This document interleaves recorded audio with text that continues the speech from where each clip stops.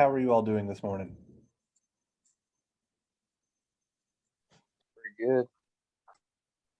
All right, well, there was an email or two yesterday evening regarding when the exam grades would be up. I released them this morning at around, I think, 5 or 6 a.m. The class average, I didn't calculate the actual number, but I would think that it's pretty high. There were several people who scored higher than a 100 on the exam, so I'm pretty pleased about that. Overall, the scores were significantly higher than exam one, so I think most people are in pretty good shape in the class. So to continue off of what we did on Tuesday, we analyzed this circuit that I have drawn here on the left in the time domain, and we're able to see that a source current IS of t is equal to 2 cosine 5t plus 12 degrees amperes, 361 cosine 5t plus 75.435 degrees volts using just a terrible amount of trig identities and all kinds of crazy zany math. Took us, I want to say, somewhere close to 40 minutes. Then towards the end of that example problem, I mentioned that you could do the same math using complex numbers and get to that same answer, at least from a magnitude and phase angle perspective, rather quickly. And so what I would like to do today is more formalize the steps for using that complex math and introduce what's called phasors into our circuit analysis tool bag. So we are going to work this same problem, but instead of using this time domain representation, we are going to work it using complex numbers explicitly. So I have my current source, IS of t.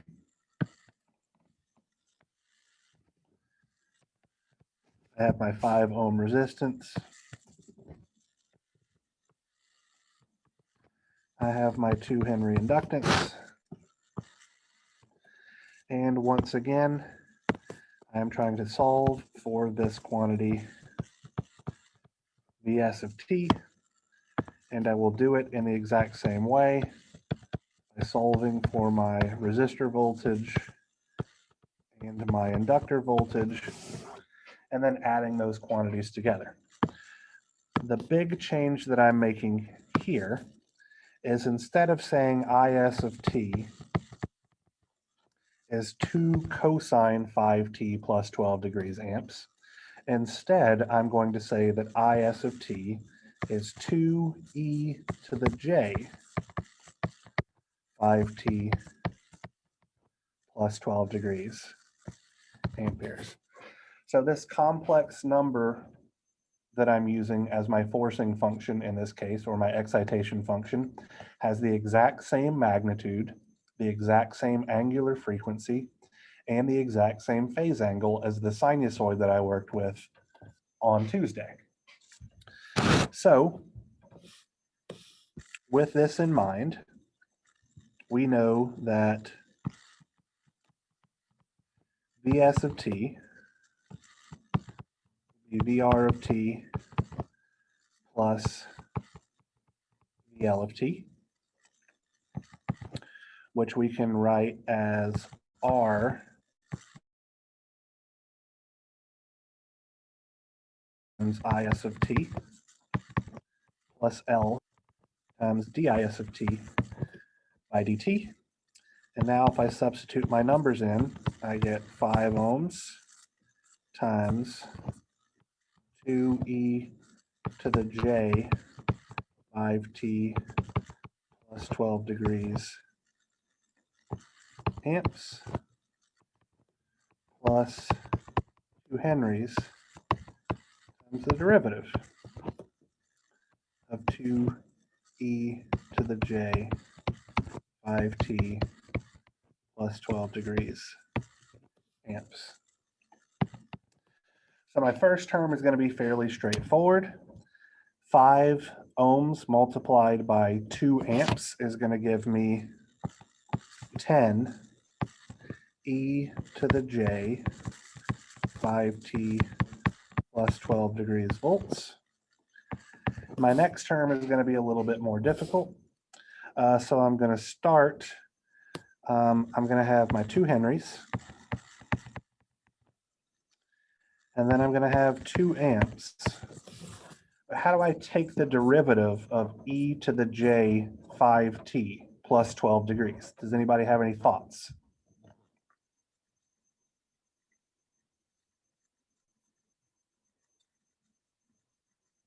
Wouldn't that be the chain rule for what's on the inside? Sure. So as an aside here,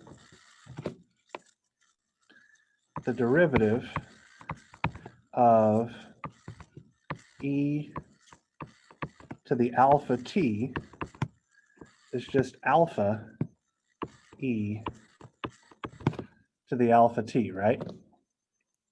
Right. So in this case, alpha is 5, right? Because when we're applying the chain rule, which is exactly what you suggested, that 12 degrees bit is a constant. And so when we take the derivative of the argument of the exponential function, what we're just going to be left with is J5. So we're going to have 5J. And I know this might be multiplied by so the J and the 5 are both multiplied by that variable T. So they both need to come out. And then we'll have e to the j 5t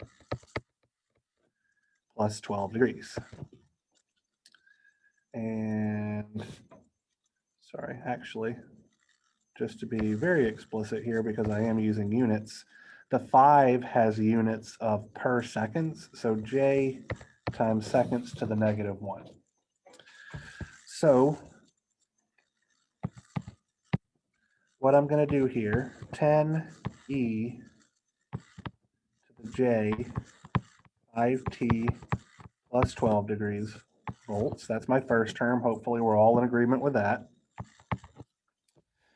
Then I'm going to have 2 Henrys times 2 amps times 5 per second, which is going to look like 20 volts. I still have my J, e to the j 5t plus 12 degrees. Now,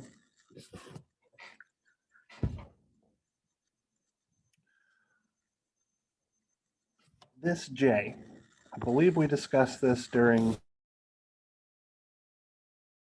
polar form complex number could be written as 1 angle 90 degrees. Does everybody remember why that is, or do I need to explain it again?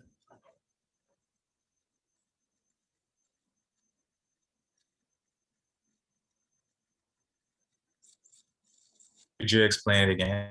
Sure. So if I look on a complex plane, sorry.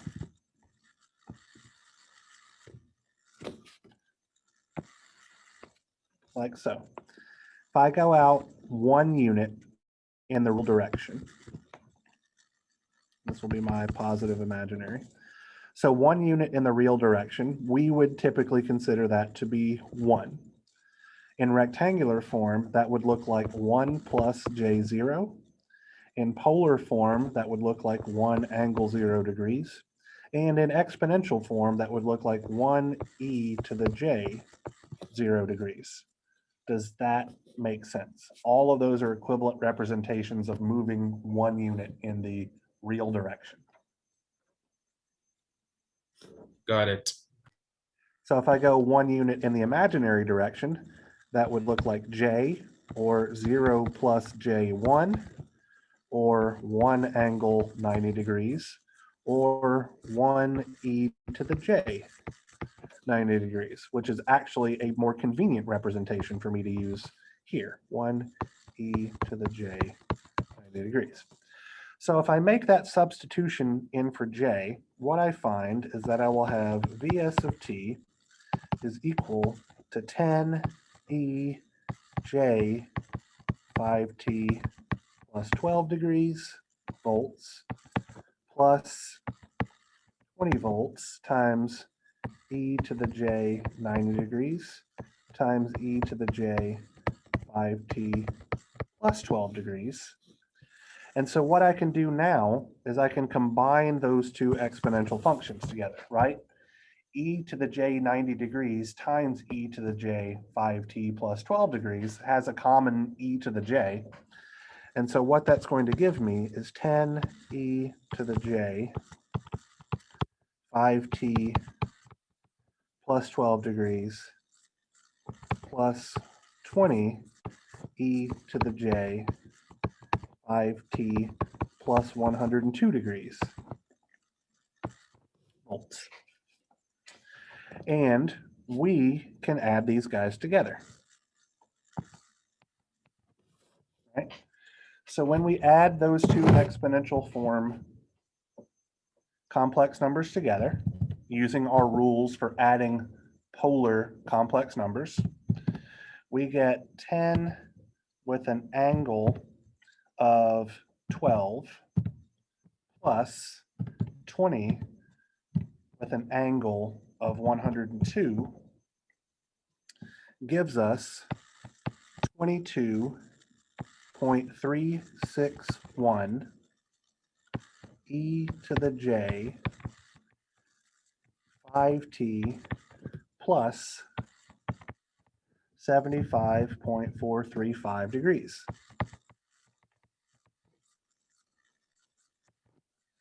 Volts. So I'm going to scroll up here.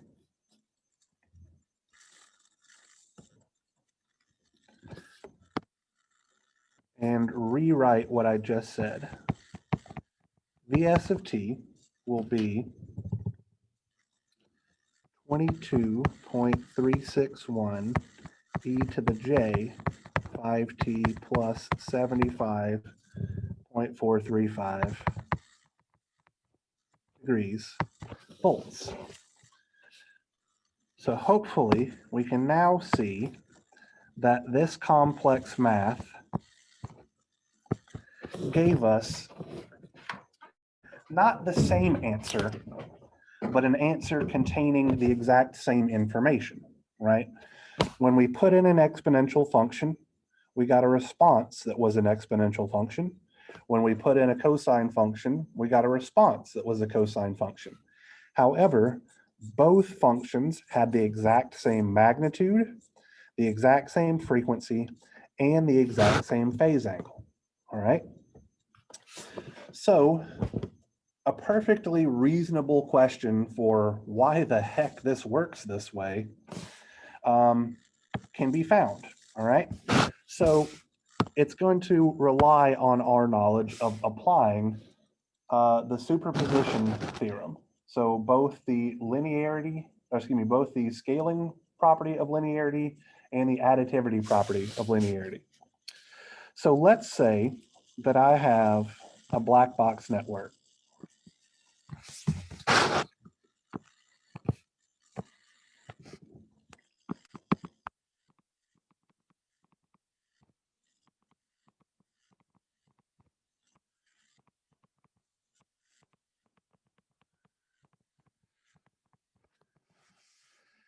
And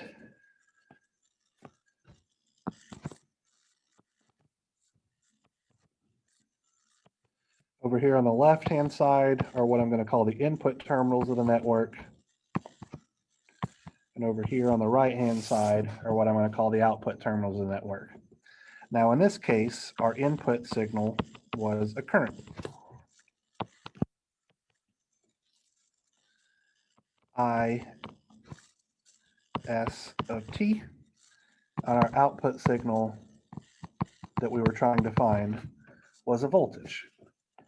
And we found that IS of t of the form Im cosine omega t plus some phase angle theta I return to us an output Vs of t was equal to Vm cosine omega t plus theta v, right? So an input of a cosine function gave us an output of a cosine function. The signals had different magnitudes and different phase angles, but they were excited at the exact same frequency. So omega was the same between both of them. Is that a reasonable summary of the first example that we worked on Tuesday as to what went in and what we got out?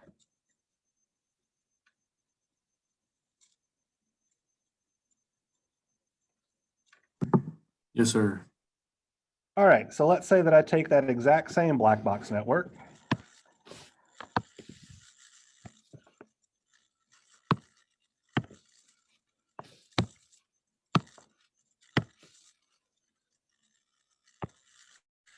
and I change my input signal slightly.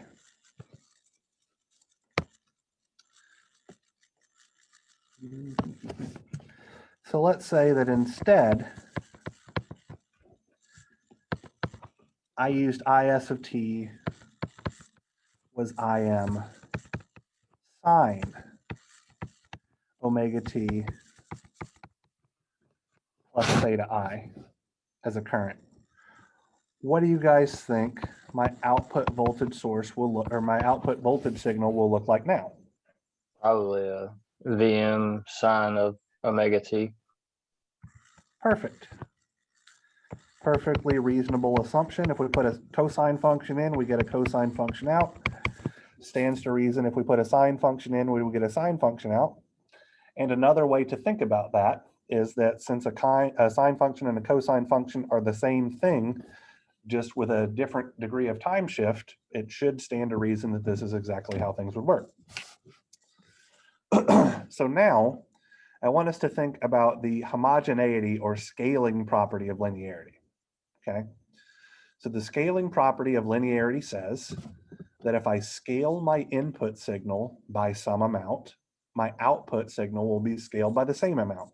So for instance, if I did twice Im, I should expect to see twice Vm on my output signal, right? Right. So what I'm going to do is instead of scaling by the number 2, I'm going to scale this guy by the imaginary operator j. Now you may be saying, well, wait, what the heck? J is a number that does not vary in time, so it's a perfectly valid scaling option. Okay, so if I scale my input by a factor of j, meaning that I shift it by 90 degrees, my output should also scale by that same factor of j. So now we get to the additivity portion property of this guy. I take my exact same black box network, and now let's say that I applied Is of t was equal to, excuse me, Im cosine omega t plus theta I plus j Im sine omega t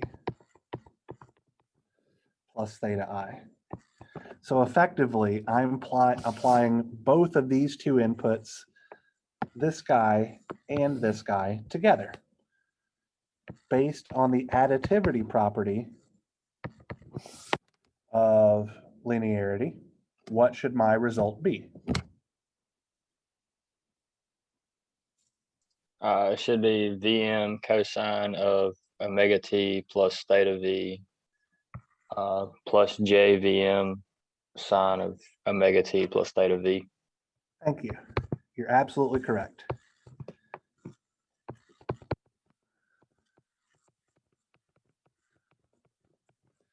All right, so if we looked at that list of trig identities that I gave you guys yesterday, the 10th one, if I'm not, or not yesterday, Thursday, the 10th one, I believe, was what I called Euler's identity. And Euler's identity related our cosine and sine functions to a complex number in exponential form, right? So the identity that I'm talking about, just to remind you guys, was cosine. I think I did it as cosine omega t plus phi plus j sine omega t plus phi was equal to e to the j omega t plus phi. I think that's how I gave it to you on Tuesday. Our combination of inputs can be thought of as just Im e to the j omega t plus theta I. Okay, now I'm going to leave my output as that sum of a sinusoid thing there for a very specific reason. Okay, if we're looking at our input here, the real part of our input, Im e to the j omega t plus theta I, is simply our cosine function. And it gave us the output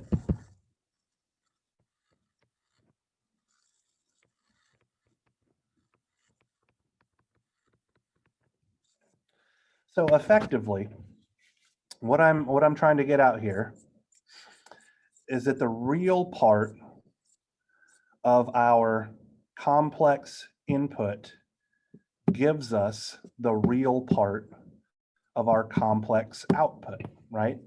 So this guy right here is what causes this output of Vm cosine omega t plus theta v to occur. Now, using the complex number, the Im e to the j omega t plus theta I would argue made the amount of math that was required to analyze that circuit significantly more easy. And we could simply take the real part of that output to get the exact time domain output that we had doing all of that complicated trig and calculus, okay? So that is the beauty of using complex numbers to analyze these circuits. Now, electrical engineers, because we are all inherently lazy, it seems, have come up with an even shorter hand notation, all right? So now I want to introduce the concept of a phasor.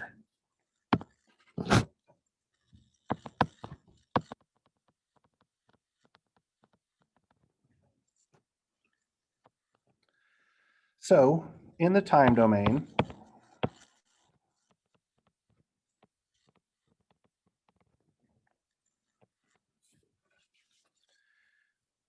a voltage waveform, V of t, could be expressed as Vm cosine omega t plus some voltage theta v, and a current waveform can be expressed of the form Im cosine omega t plus theta I.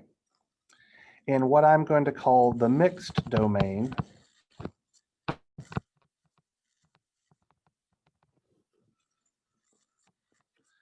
we could represent these symbols by a complex number. V of t is equal to Vm e to the j omega t plus theta v. I of t is equal to Im e to the j omega t plus theta I. That is literally exactly what we just did. And we now understand that our time domain signals is just the real part of our mixed domain signal. Well, phasors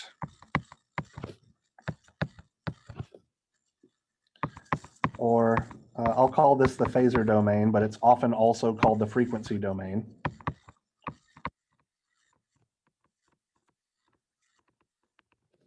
are the exact same thing as our mixed domain signals. I'm going to put frequency here in parentheses, except that we throw away redundant information.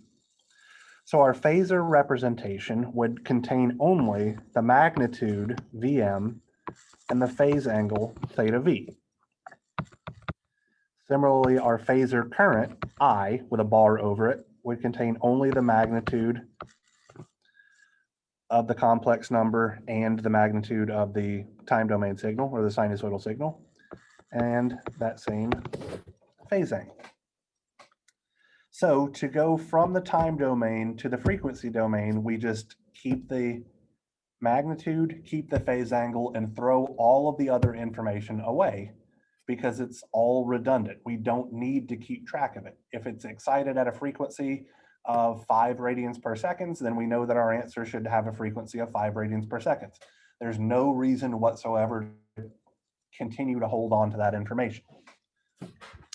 So as a quick practice here, let's say that I have Vx of t is equal to 13 cosine 8t plus 11 degrees volts.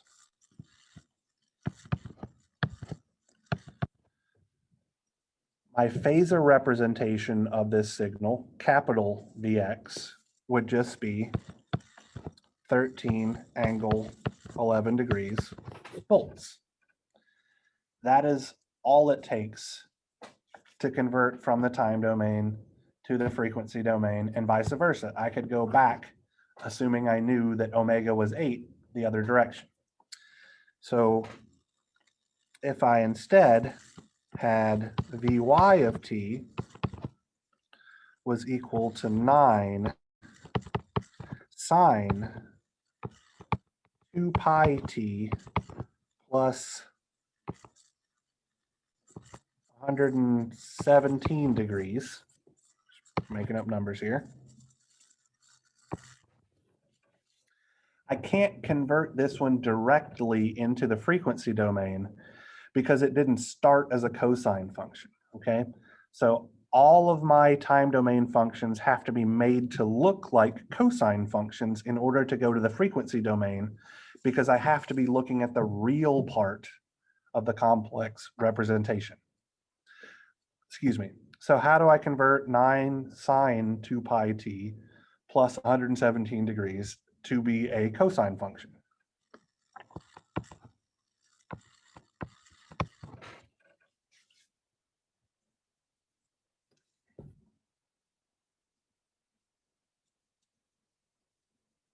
How, okay, so if we're given that phasor, that Vx at 13 with an angle of 11 degrees, how are we supposed, like, how do we go back to that either time domain or that mixed domain if we don't know that frequency of that omega?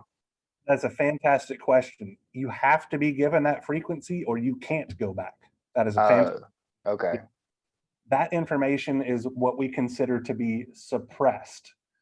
That being said, we're going to find out when we use this concept of phasors to analyze circuits, that anytime that we work, like effectively what we are going to be doing is we're going to convert a time domain signal into a frequency domain signal to make the math, I don't want to say trivial, but significantly easier.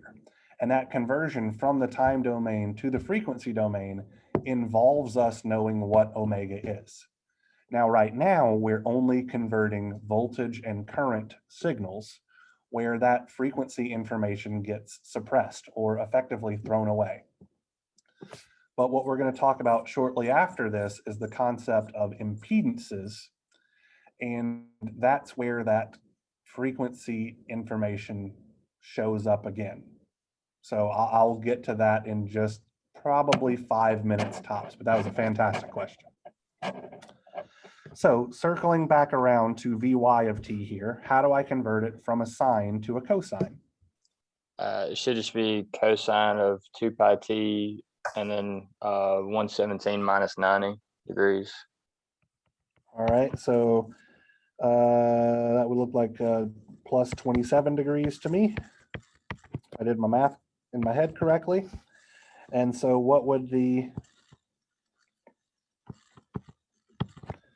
phasor representation of Vy be then?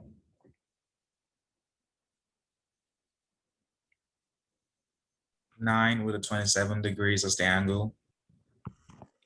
9 angle 27 degrees. Perfect.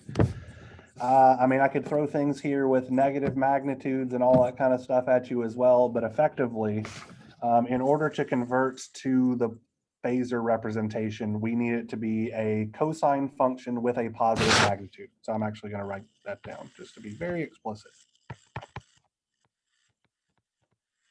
To convert a time domain signal into a phasor, the TD must be a cosine function with a positive magnitude. Okay, so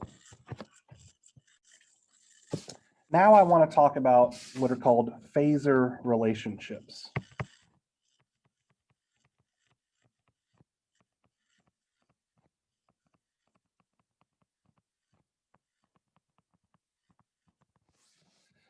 So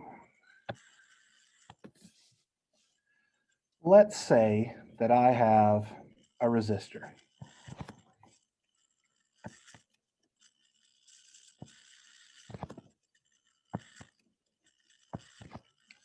Having a value of R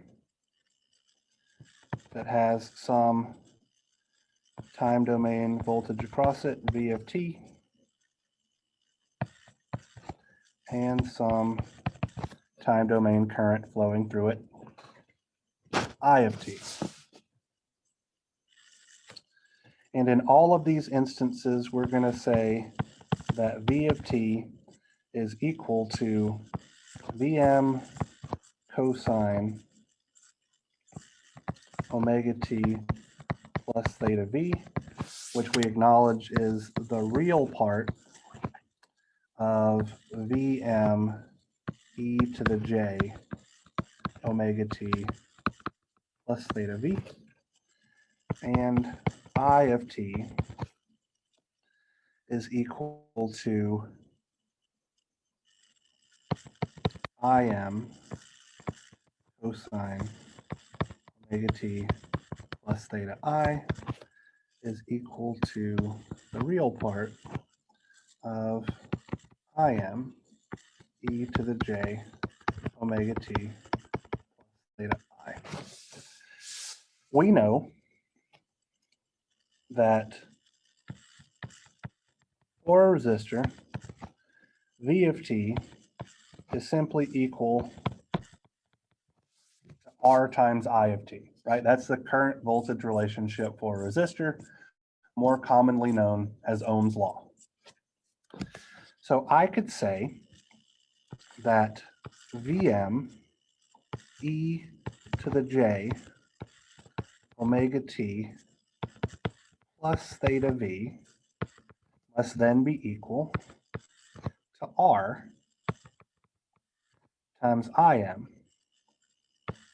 e to the j omega t plus theta I. Everybody okay thus far?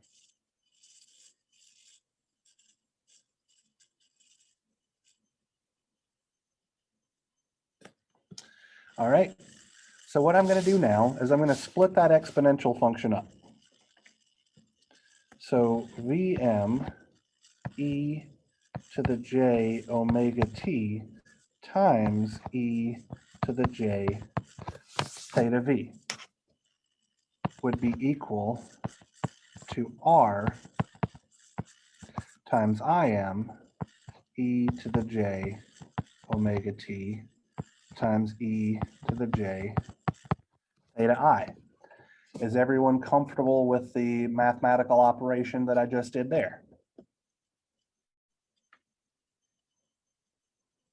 Yeah. All right. So I can easily see now that there is a common factor of e to the j omega t on both sides. So this is me suppressing that information or suppressing the frequency term. All right. And in doing so, I've gotten rid of all reference to the time domain in any shape or form because there's no longer a t anywhere in either of my quantities.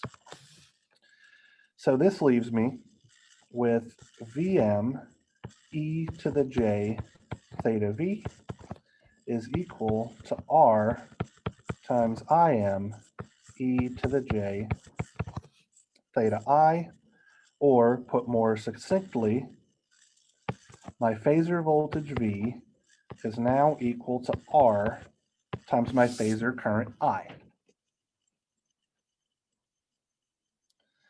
So that is my phasor or frequency domain relationship for a resistor. Now we can actually glean a couple of things from this here pretty easily. The magnitude of my phasor voltage is simply R times the magnitude of my phasor current, or another way, Vm is simply going to be R times Im.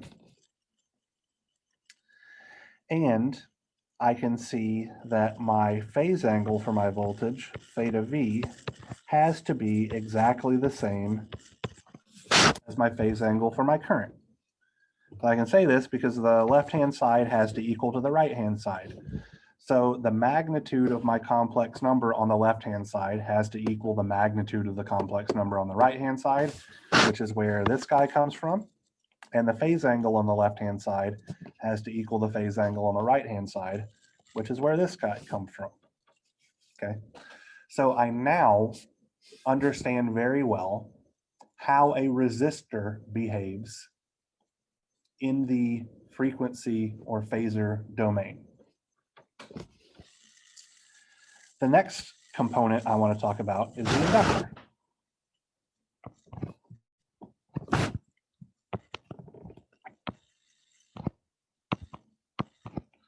So I have some inductor L that has a voltage V of t across it, the current I of t flowing through it. And I know that for an inductor, V of t is equal to L di by dt. Using those exact same voltages and currents from before, this becomes Vm e to the j omega t plus theta v is equal to j omega L Im e to the j omega t plus theta I. Let me copy these guys right here real quick so it's a little bit more obvious as to why the derivative works that way.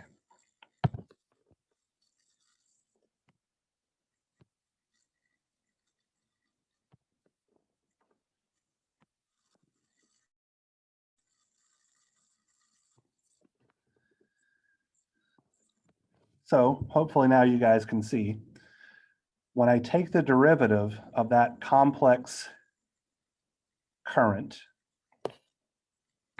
oops, this guy right here, all that really is just taking the derivative of that exponential function is just me multiplying by a factor of j omega, okay? I can split those complex numbers up again So I'd have Vm e to the j omega t e to the j theta v is equal to j omega L Im e to the j omega t e to the j theta I. Suppressing my frequency term,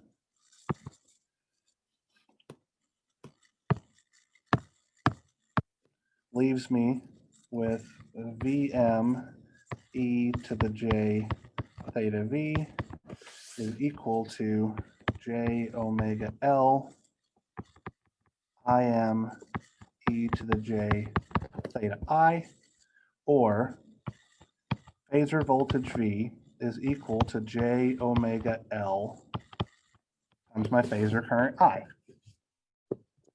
So this is how an inductor behaves in the frequency domain. I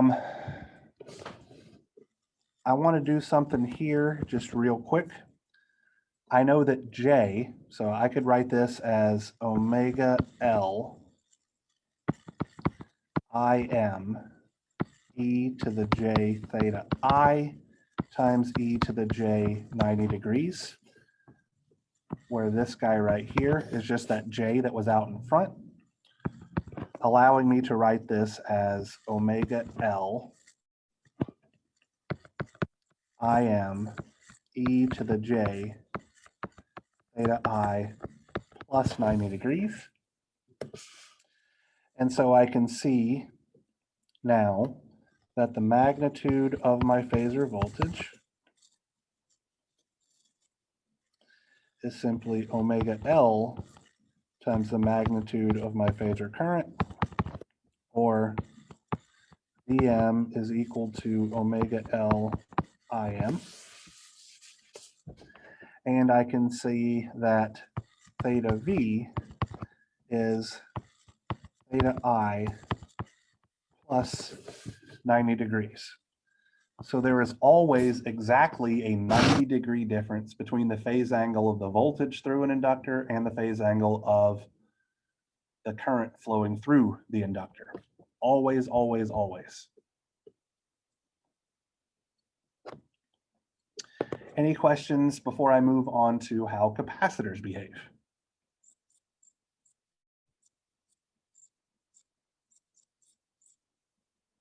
No, sir. All right. I think I got enough room here. Okay. So if we had a capacitor,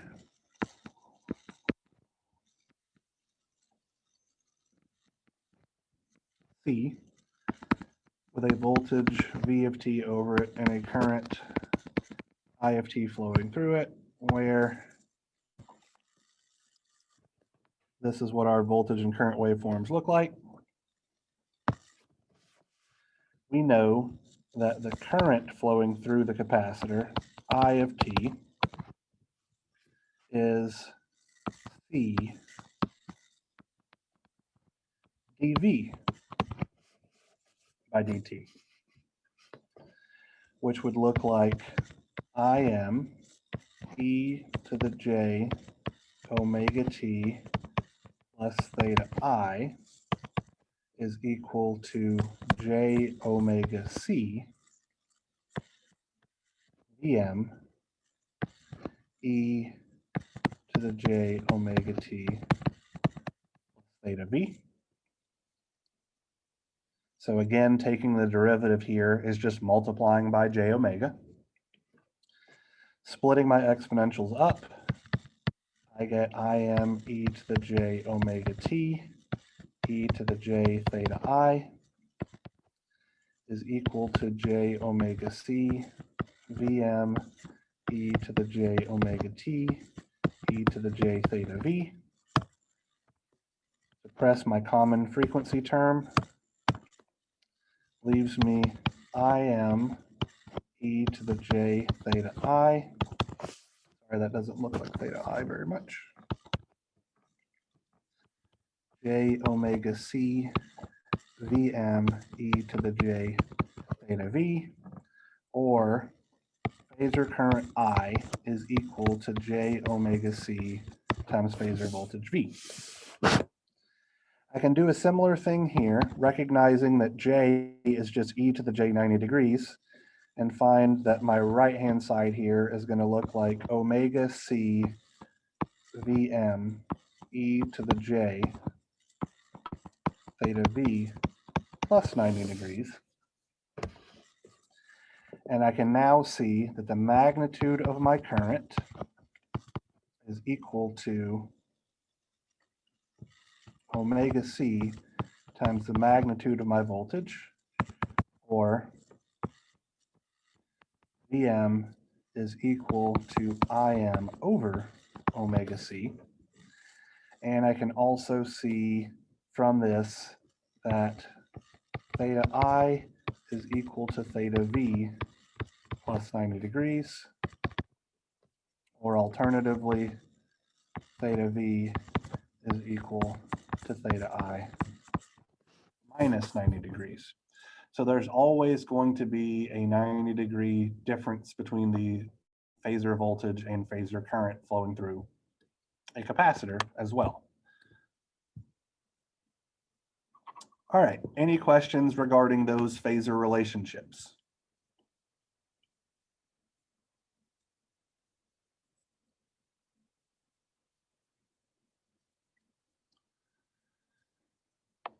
So right now we are one short step away from making our circuit analysis fairly trivial.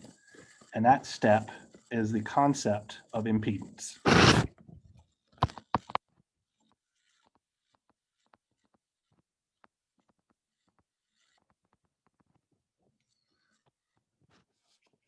So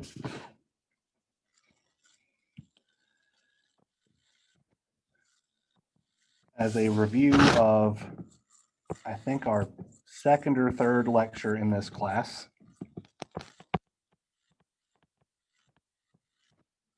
if we have a linear black box, sorry, not block, network, like so,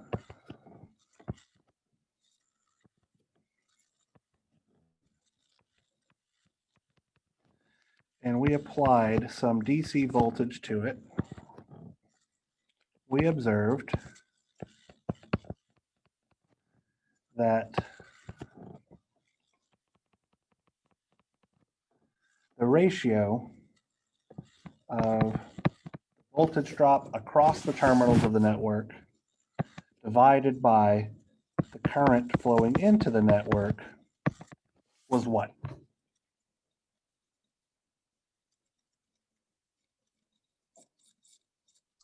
Wouldn't that be right? RTA or yeah, but RTH. Sure. The equivalent resistance of the network. I'm just going to call it R, but you're absolutely right. From a Thevenin and Norton perspective, it would have been the Thevenin resistance. But in general, it's just the resistance is always defined to be the voltage drop over the network component element, whatever, divided by the current flowing through the network component or element. But absolutely right, resistance. For an AC network,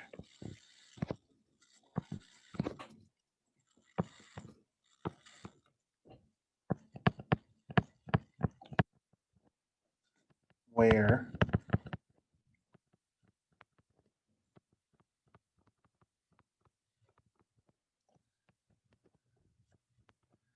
we apply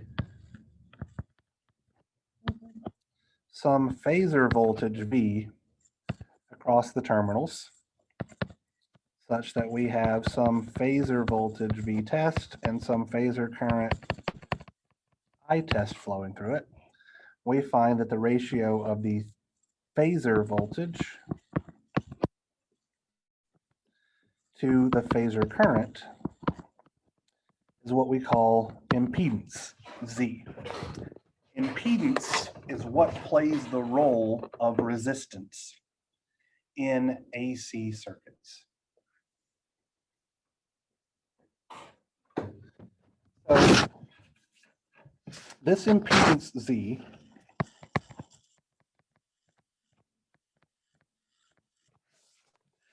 is going to be a complex number because it is the ratio of complex numbers, right? So impedance Z defined to be Vm angle theta V divided by Im angle theta V can be expressed in polar form as Vm over Im with an angle of theta V minus theta I, or the magnitude of the impedance with the phase angle of the impedance. Or it can be expressed in rectangular form.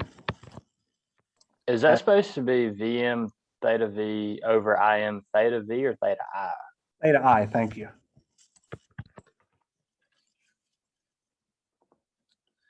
In rectangular form, the impedance is given as R plus JX,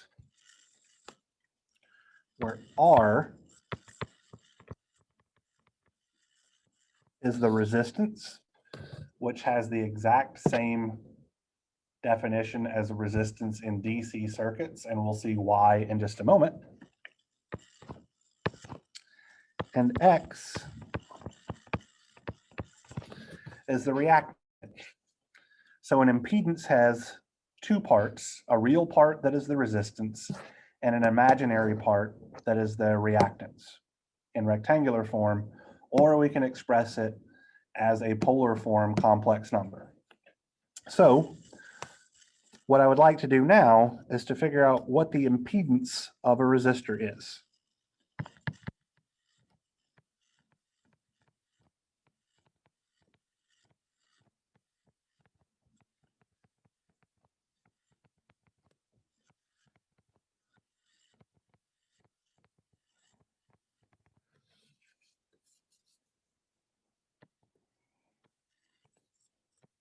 All right. So when we had our resistor,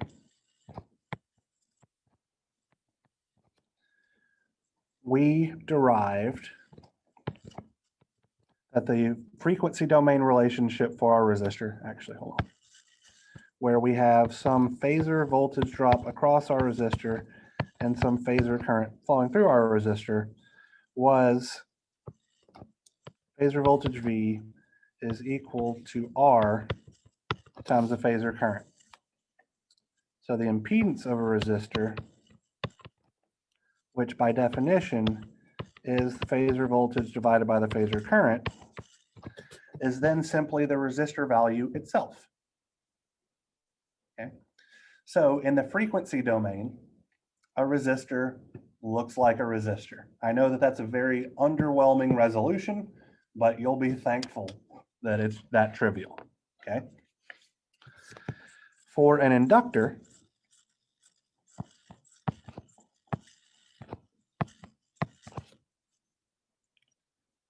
having a value of L with a phasor voltage drop across it and a phasor current flowing through it, we observed had the relationship phasor voltage V was equal to J omega L times I. So the impedance of a inductor must then be J omega L. And lastly, for a capacitor, C, with a phasor voltage across it and a phasor current flowing through it, we saw that I would be equal to J omega C times V phasor, giving us an impedance ZC of 1 over J omega C. So what I would like to do now is just expand these impedances into a couple of different forms you might see. But these three right here are the kind of meat and potatoes, everyday representation of circuit element impedances. The others that are used are a little bit more specialized, but you'll see them pop up. So if you're gonna remember anything, it should be the three that I've boxed. I'm sorry for interrupting you. What's up? What is that symbol next to omega C? That's supposed to be a J, but I think I drew it crappily. Okay, Let me, is that more clear? thank you. So in rectangular form, the impedance of a resistor is R plus J0. So the impedance of a resistor is purely real, okay? In polar form, we can express this as R angle 0 degrees ohms. For an inductor, there is no real component whatsoever. So we'll have 0 plus J omega L, or in polar form, omega L angle 90 degrees. Now, we haven't talked about this yet, but what do you think the impedance of, what the units for the impedance of an inductor should be? Any thoughts?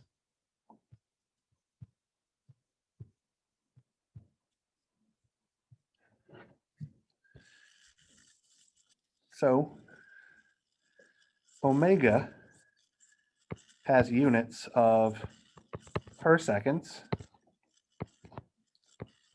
Inductance, L, has units of volt second per amp. When I multiply those guys together, the per seconds cancels out the seconds, and I have volts per amp. So the impedance of an inductor is measured in ohms, just like a resistor. If I come here to capacitors, in rectangular form, this looks like 0 minus J over omega C. Let me explain that down here real quick. So 1 over J multiplied by J over J looks like J over J squared, which is J over -1, which is minus J. So that's where that negative sign came from. Or 1 over omega C angle minus 90 degrees. And the units of impedance for a capacitor is 1 over omega C. So that is 1 over per second times 1 over amp seconds per volts, or a volt per amp, which is also an ohm.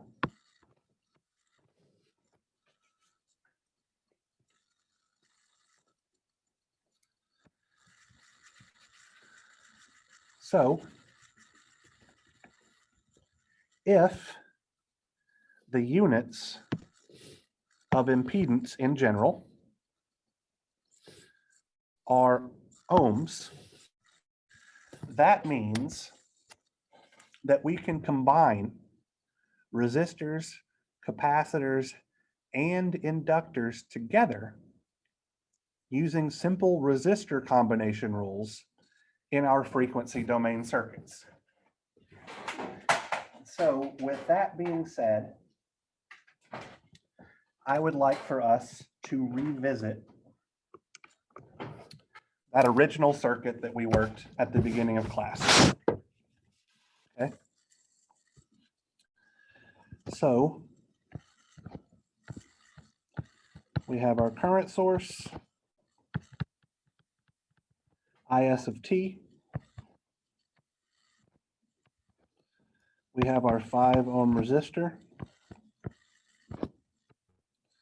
We have our 2 Henry inductor. We are trying to find Vs of t when Is of t is equal to 2 cosine 5t plus 12 degrees amps. What I want us to do is to now convert this time domain signal, or excuse me, circuit, into the frequency domain.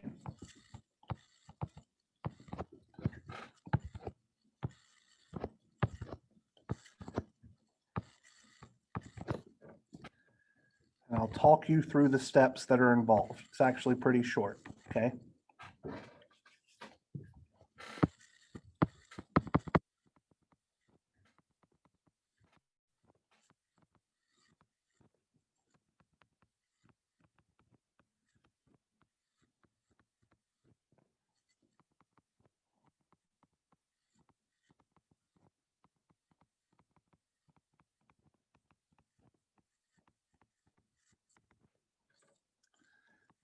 Step 1.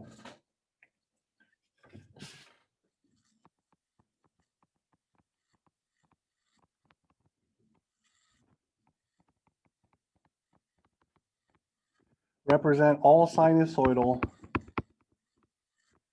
voltages and currents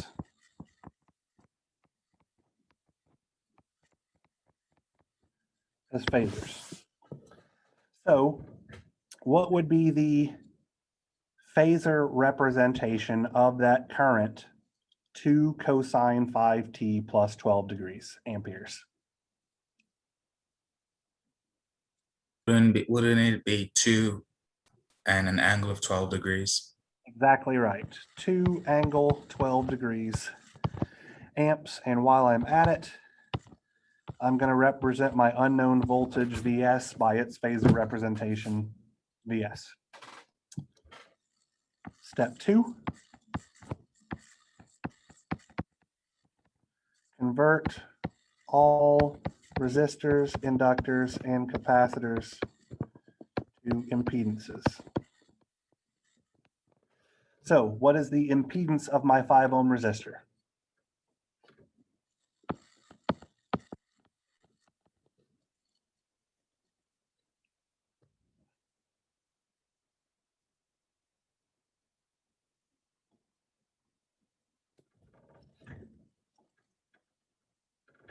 Shouldn't it just be that resistor value? Exactly and right. then- It's 5 ohms. And the impedance of my 2 Henry inductor will be J omega L. So that'll be J. What's omega? 5, What's L? 2. Yeah.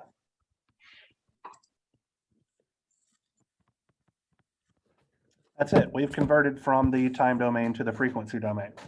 So now let's analyze this circuit using conventional circuit analysis techniques.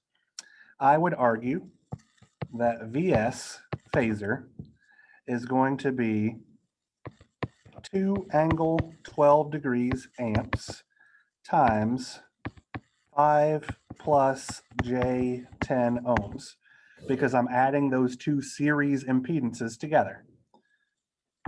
Somebody with a calculator, please tell me what answer I get.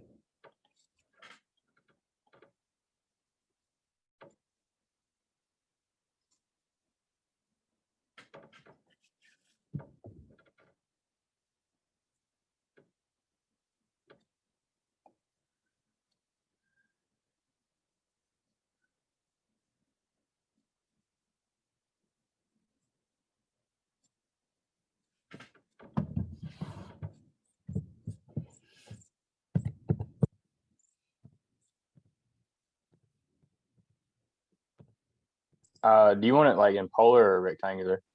Let's do polar form, please, because we've been getting our answers for these circuits in a magnitude and phase angle perspective. Okay, I got 22.36 and an angle of, oh wait, hold on. Wrong. Give me 1 second. Oh, I gotta redo it.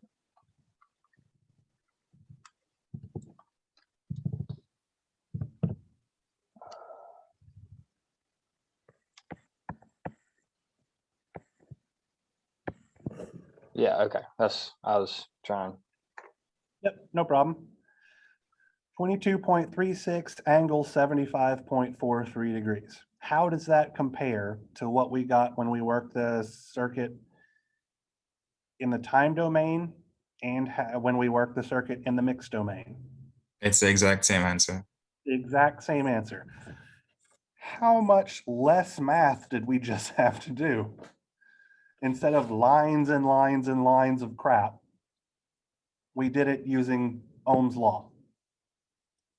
This is trivial. Exactly. That's the whole point. It's this frequency domain circuit analysis. What it allows us to do is to work any steady state sinusoidal circuit using the same DC circuit analysis techniques that we learned 2 months ago. It's just now we have to do it using complex numbers. That is literally the only difference. Everything that we're going to talk about for the next couple of days as we wrap our heads around the steady state sinusoidal analysis is a review of exam 1 material. It just happens to use complex numbers now. So a lot of students are off-put by this material, and I do not understand why, unless they fundamentally don't understand that, again, this is literally nothing we have not done before. All right, so I'm gonna open up one of my random, I have 7 circuit analysis textbooks on my desk right now. So I'm just gonna crack open a book, find a problem, and we're gonna work a couple. I'm going to try to find one that does not involve us using nodal and mesh analysis. There's no reason not to use nodal and mesh analysis for any of these circuits, except that we can't solve those systems with our calculators. So if we want to apply nodal and mesh analysis for a steady state sinusoidal circuit, we have to use a computer.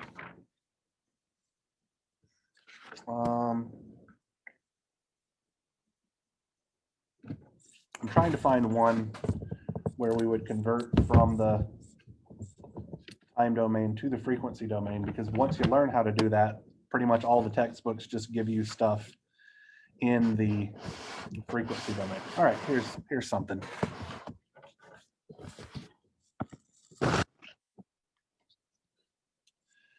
So let's say that I have the following circuit.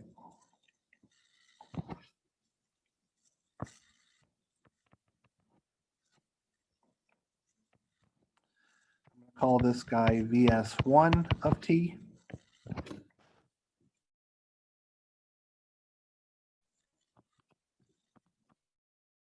Resistor, a 0.01 farad capacitor,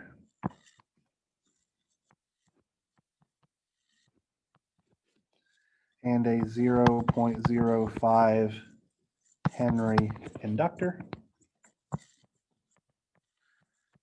A second voltage source, which I will call VS2 of T.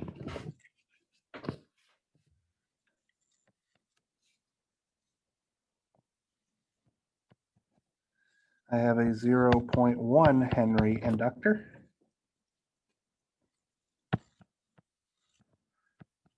A 5 ohm resistor.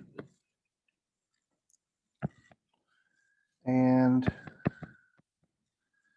a 5 millifarad capacitor.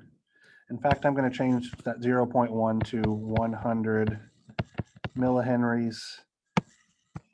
This will be 10 millifarads, and this will be 50 millihenries. I don't know why that book uses decimal points when I believe it to be entirely unnecessary. And what we are trying to find is this voltage Vy of t and this current Ix of t, where Vs1 of t is equal to 60 cosine 50t plus 20 degrees volts, and Vs2 of t will be 100 cosine 50t volts. So anytime I have anything excited with sinusoidal signals, I am for sure not going to work it in the time domain, because as we showed on Tuesday, the math just gets ludicrous. And instead, I'm going to work it in the frequency domain. So I need to convert this circuit to its frequency domain equivalent.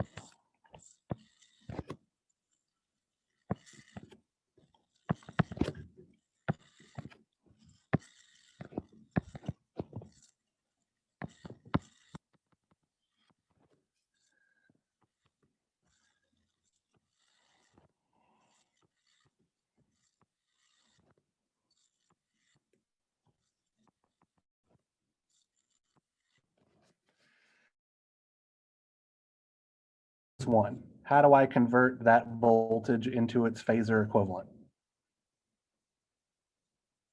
You talking about VS1 or VS2? Vs1, please. Wouldn't it have a magnitude of 60 with an angle of 20 degrees? 60 angle 20 degrees volts. Absolutely correct. Somebody else tell me what the phasor representation of Vs2 will be.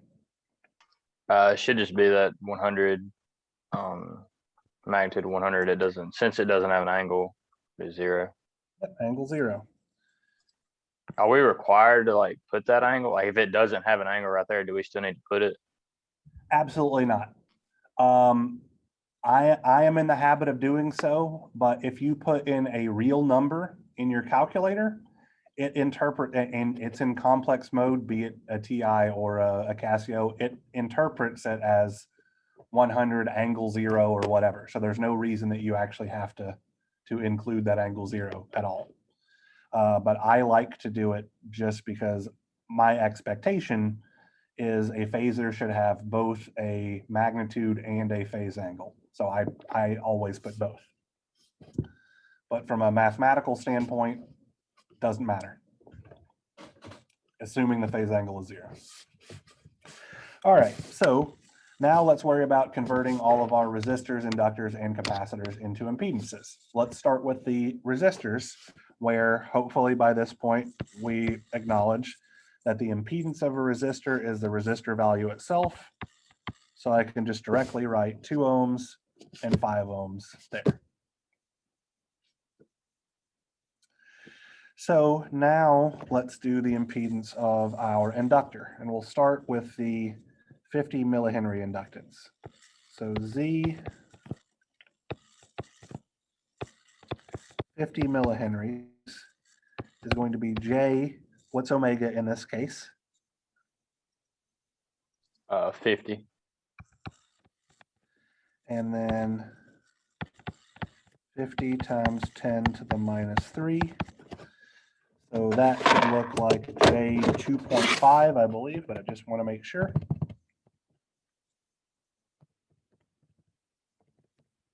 Yep. So this guy is going to be J 2.5 ohms. And since I know that the 100 millihenry inductor has twice as much inductance as the 50 millihenry, it has to have twice as much impedance as well. So I can say that this guy down here is J 5 ohms without having to do any extra work. If you're not comfortable with that, by all means, do J times 100 times 50 times 10 to the, J times 50 times 100 times 10 to the minus 3, and you'll get the exact same result. But when you've been doing this for long enough, those kind of inferences become fairly trivial.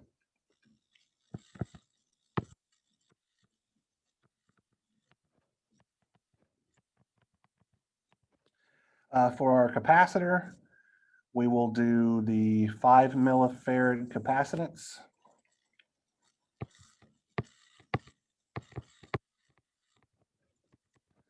So that's going to be 1 over J times 50 times 5 times 10 to the minus 3.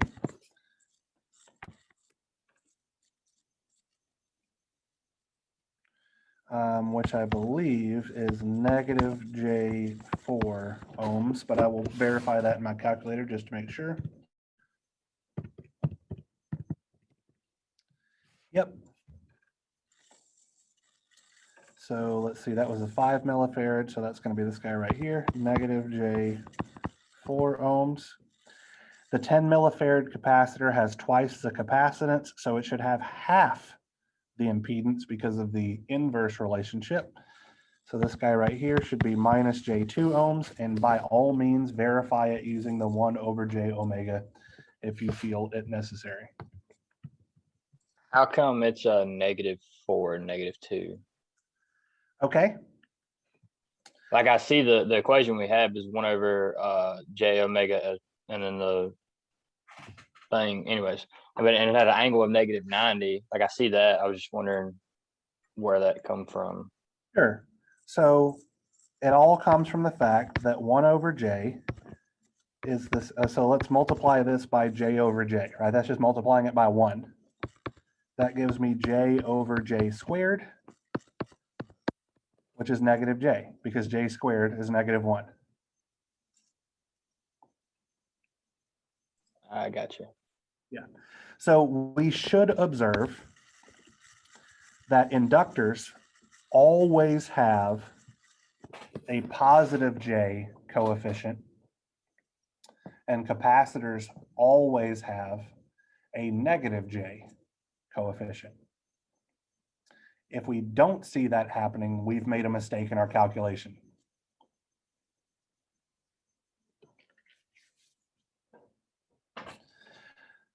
All right. So we have converted our circuit into the frequency domain. How would we go about solving for either IX or VY? Anybody have any thoughts? And we do KVL to find VY. I would argue that we would do, so we can do KVL to find VY, but in order to do that, we would have to know IX first. But we can absolutely do KVL to find IX because it's just a single loop circuit, right? So what I mean by that is if I start at the bottom left-hand corner, I see the negative polarity terminal of the 60 angle 20 degrees volt source. Then I have plus 2 ohms IX plus negative J2 ohms IX plus J2.5 ohms IX plus 100 angle 0 degrees volts, kind of running out of room here, plus minus J4 ohms IX plus 5 ohms IX. Sorry, this thing is being here. Plus J5 ohms IX is equal to 0. One equation, one unknown. We could solve that guy fairly trivially. Another thing that we could do here is just combine all of those impedances together because they're all in series. So we would have, so we could do this guy, then solve for IX, or we could have, let's see, IX would be equal to 60 angle 20 degrees volts minus 100 angle 0 degrees volts divided by 2 minus J2 plus J2.5 minus J4 plus 5 plus J5. Right?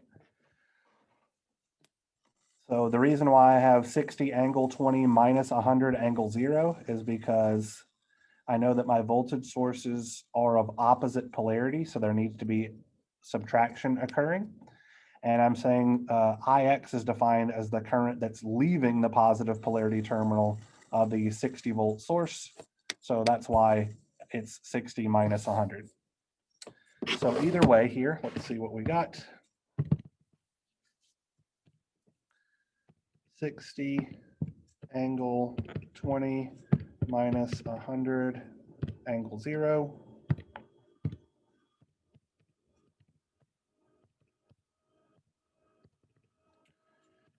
And then let's see, so I have 2 plus 5, so that looks like 7. And then I have minus J2 minus J4, so that's minus J6. Plus J5 is minus J. Plus J2.5 is 7 plus 1.5J. And I get 6.733 with an angle of 142.71 degrees. Amps. Anybody else get something similar? Yeah, I got the same answer. Yeah. So now that we know that current Ix, we can easily figure out Vy just doing Kirchhoff's voltage law around this little portion of the loop, right? So to me, that looks like negative 60 angle 20 degrees volts plus 2 ohms Ix, which we know, plus Vy, which we don't know, plus J5 Ix is equal to 0. So that would give us, with a little bit of algebra here,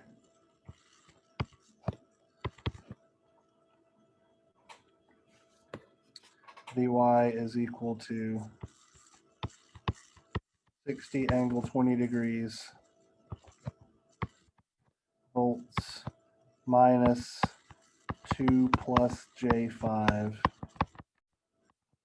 Ix.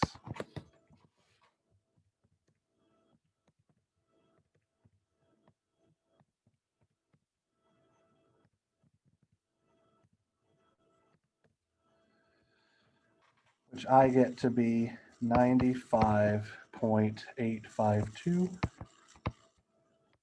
an angle of 24.105. Okay. Now, one thing that I forgot to do in the previous example that we will do here, our goal was to find Ix of t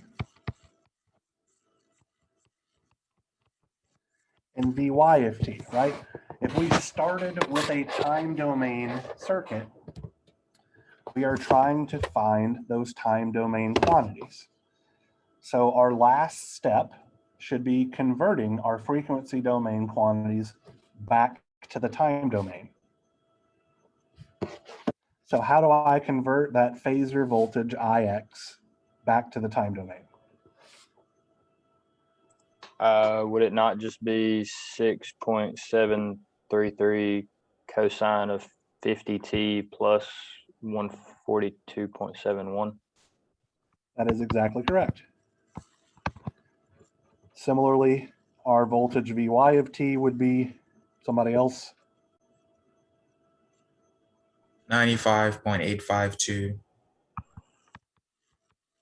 cosine of 50t plus 24.105 degrees volts.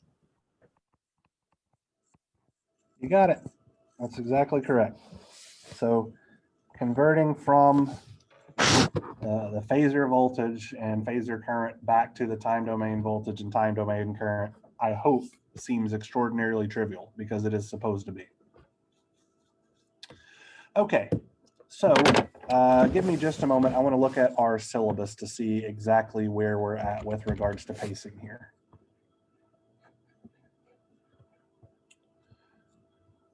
Let's see, this is summer 2021.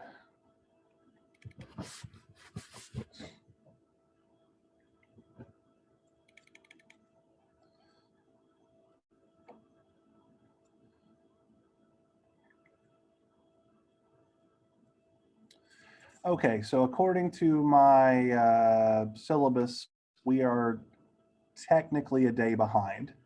Not really. So today we were supposed to talk about steady state sinusoidal circuit analysis 1, which means we work some simplistic example problems and all that kind of stuff, which is exactly what we've done. Monday is what I have designated for steady state sinusoidal circuit analysis 2.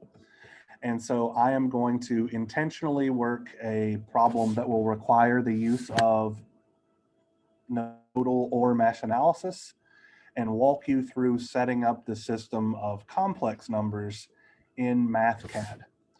What else, like what DC circuit analysis topics, I guess, sound a little bit fuzzy to you so that I can review them with you in the complex or in the frequency domain for Monday? Anybody have any suggestions?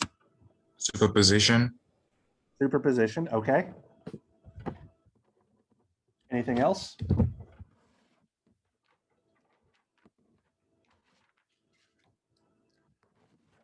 this stuff down. Source transformation. All right.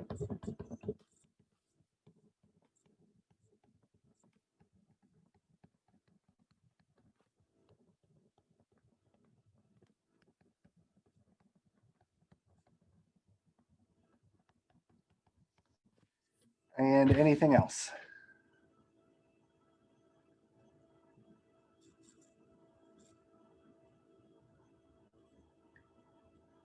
All right, so I will work some problems on Monday before we get to doing nodal and mesh analysis. It's the exact same thing as nodal and mesh analysis for DC circuits. It just happens to use complex numbers, so there's nothing new there. And I will also work at least one problem involving superposition and at least one problem involving source transformation. And then starting on Tuesday, we will get into our steady state sinusoidal power relationships, which is really the last topic that we have left to cover in this class. Okay, so there's going to be a couple of days dedicated to steady state sinusoidal power analysis, and then we are finished. So does anybody have any questions for me before we wrap up here today? Yeah. Can you talk about the mini labs one more time? Oh, okay. So I completely forgot to upload them after the ones that I've done. So here's my plan with the mini labs. Probably just going to make them be bonus points somehow, because I forgot to, I think I've uploaded 2 or 3 and then forgot to do the rest of them. So I need to look at my syllabus to make sure how things work out, but I will probably just make them be. How do you want us to like do them? Like, what do you? Oh, okay. So I gave you guys the data and all that stuff. So really, you just have to fill out the form and do the analysis. That's it. Okay, and then we just we just print that out, fill it out, and then scan it and submit it. Yeah, and I mean, I don't even know if you need if you have a means by which to edit the PDF or whatever, like write on it, just do that. But yeah, pretty much that. Okay. Cool. Yeah. So for the few that I've uploaded, all the data has been collected. All you have to do is the brief analysis portion, And if I ever get off my lazy butt, it will be the exact same thing for the others. Okay. So legitimately, each mini lab assignment should probably take you less than 10 minutes to do. I know for the mini lab number 1, it's talking about all kinds of Excel stuff. I don't want to see your graphs. I just want to see that you, like, you'll have to fill in some blanks with the information from Excel, but with regards to sending me the graphs and all that kind of stuff, I don't even make my students do that when we're physically on campus, so I'm not going to make you guys do it either.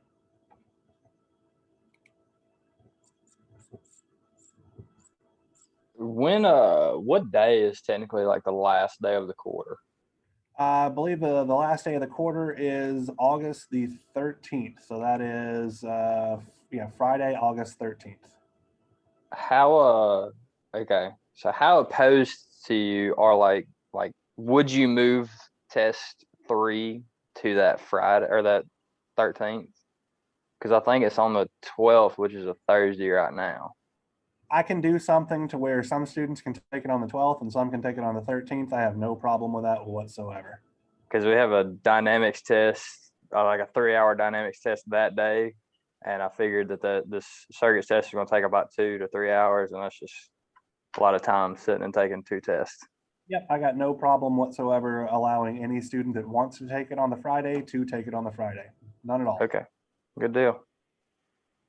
As long, technically speaking, as long as you take it before or finish it before 5 p.m., then you have finished it before the quarter is over. If you need to take it later on Friday than that, I don't have any problem with it. I just don't want Dr. Hegab coming and yelling at me, you made your students take the test after the quarter ended. I did not. I'm giving you guys plenty of options to take it before the quarter ended. If you need to take it technically after the quarter ends because you need that extra little bit of time to study, or you have a conflicting test or something like that, I'm happy to give it to you, but I'm not making you do anything. I want to be very clear. I know it's too soon to ask, but can you put up some old practice exam 3 problems so some of us can start studying ahead? I'm going to be done this quarter, so I'm looking forward to graduation. So if I can start studying now for the final to get it out of the way early. Yeah, if you're graduating this quarter, I need to look at some stuff, make sure that you don't have to take your final earlier, but I can absolutely get that stuff uploaded this weekend. No problem. Okay. I was going to ask the same thing. I'm planning on graduating, and so I was going to ask the same thing. All right. Well, let me give that a Google while we're talking about stuff. So, gosh, let's see. Law Tech Summer 2021 Academic Calendar.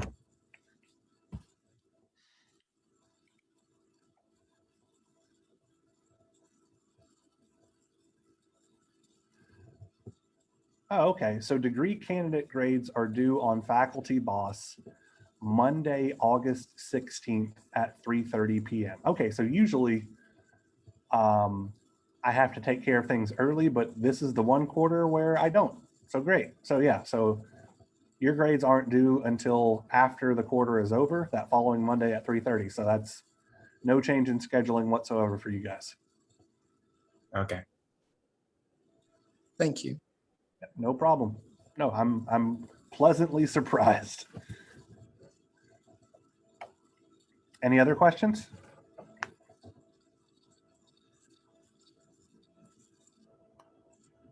What's the typical breakdown of the final in terms of exam 1 material, exam 2 material, and new material? So for the 35 question test, it is typically 30% exam 1 material, 30% exam 2 material, and 40% exam 3 material. But because I'm doing the 25 question tests, it might be slightly skewed from that. So I'll have to think on it. My best bet would be it would be more new material as opposed to the older stuff. So it might be like 50% exam, 50% new material, and then 25 exam 1 and 25% exam 2 would probably be what I would do. Okay, thank you.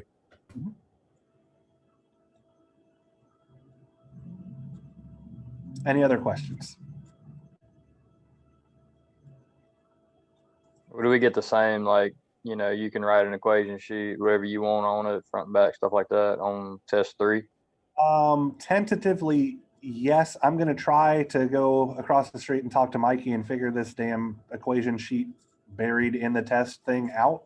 If I can do that, then I'll give you the equations, but if not, it'll go that route. Writing an equation sheet to study from is a good idea, in my opinion, either way. So it won't completely be a waste of your time. All right.